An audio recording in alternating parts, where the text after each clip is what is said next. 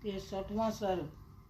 विश्वामित्र को ऋषि एवं महर्षि पद की प्राप्ति, मेनका द्वारा उनका तपोभंग तथा ब्रह्म ऋषि पद की प्राप्ति के लिए उनकी घोर तपस्या। शतानंद जी कहते हैं, श्री राम जब 1000 वर्ष पूरे हो गए तब उन्होंने व्रत की समाप्ति का स्नान किया। स्नान कर लेने पर महामुनि विश्वामित्र के पास संपूर्ण देवता उन्हें तपस्या का फल देने की इच्छा से आए। उस समय महातेजस्वी ब्रह्मा जी ने मधुर वाणी में कहा, मुने तुम्हारा कल्याण हो। अब तुम अपने द्वारा उपार्जित शुभ कर्मों के प्रभाव से ऋषि हो गए हो। उनसे ऐसा कहकर देवेश्वर ब्रह्मा जी पुनः स्वर्ग को चले गए। इधर महातेजस्वी विश्वामित्र पुनः बड़ी भारी तपस्या में लग गए। नर श्रेष्ठ तदंतर बहुत समय व्यतीत होने पर परम सुंदरी अप्सरा मेनका पुष्कर में आई और वहां स्नान की तैयारी करने लगी। महातेजस्वी कुशिक नंदन विश्वामित्र ने वहां उस मेनका को देखा। उसके रूप और लावण्य की कहीं तुलना नहीं थी। जैसे बादल में बिजली चमकती हो, उसी प्रकार वह पुष्कर के जल में शोभा पा रही थी।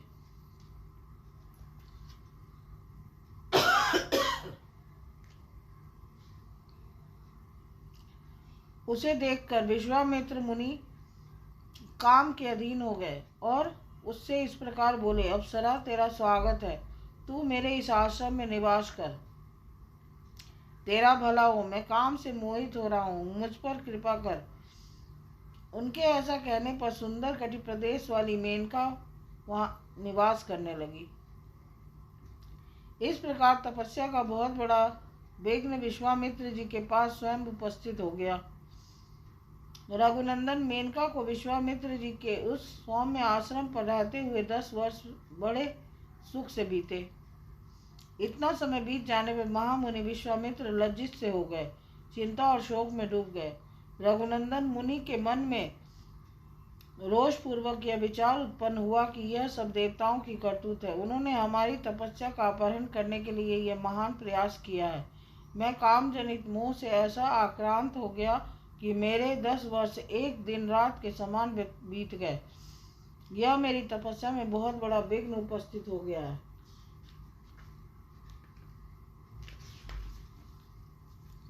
ऐसा विचार कर मुनिवर विश्वामित्र लंबी सांस खींचते हुए पश्चाताप से दुखित हो गए। उस समय मेनका अप्सरा भयभीत हो थरथर कांपती हुई हाथ जोड़कर उनके सामने खड़ी हो गई।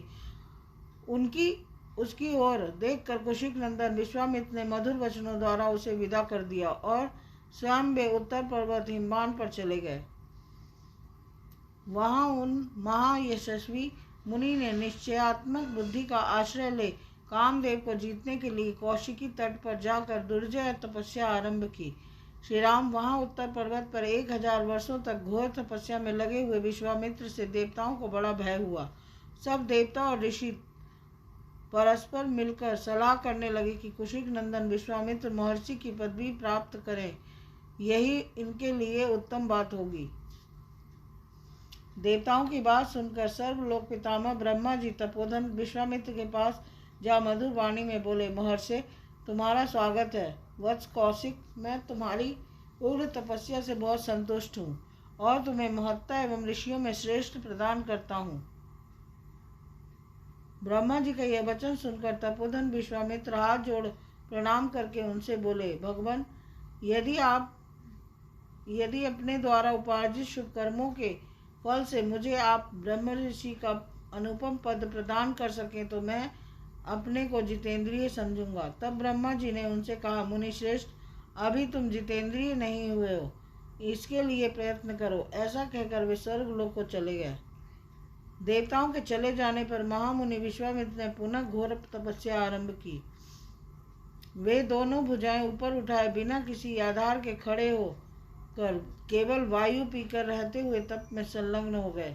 गर्मी के दिनों में पंचाग्नि का सेवन करते, वर्षा काल में खुले आकाश के नीचे रहते और जो जाड़े के समय रात दिन पानी में खड़े रहते थे। इस प्रकार उन तपोधन ने 1000 वर्षों तक घोर तपस्या की। महामुनि विश्वामित्र के इस प्रकार तपस्या करते समय देवताओं और इंद्र के मन में बड़ा भारी संताप हुआ। समस्त मरुदगणों सहित इंद्र ने उस समय रंभा अप्सरा से ऐसी बात कही जो अपने लिए हितकर और विश्वामित्र के लिए अहितकर थी। इस प्रकार श्री वाल्मीकि निर्मितार्थ रामायण आदि काव्य के बालकांड में 63वां सर्ग पूरा हुआ। बोल सियापति रामचंद्र की जय।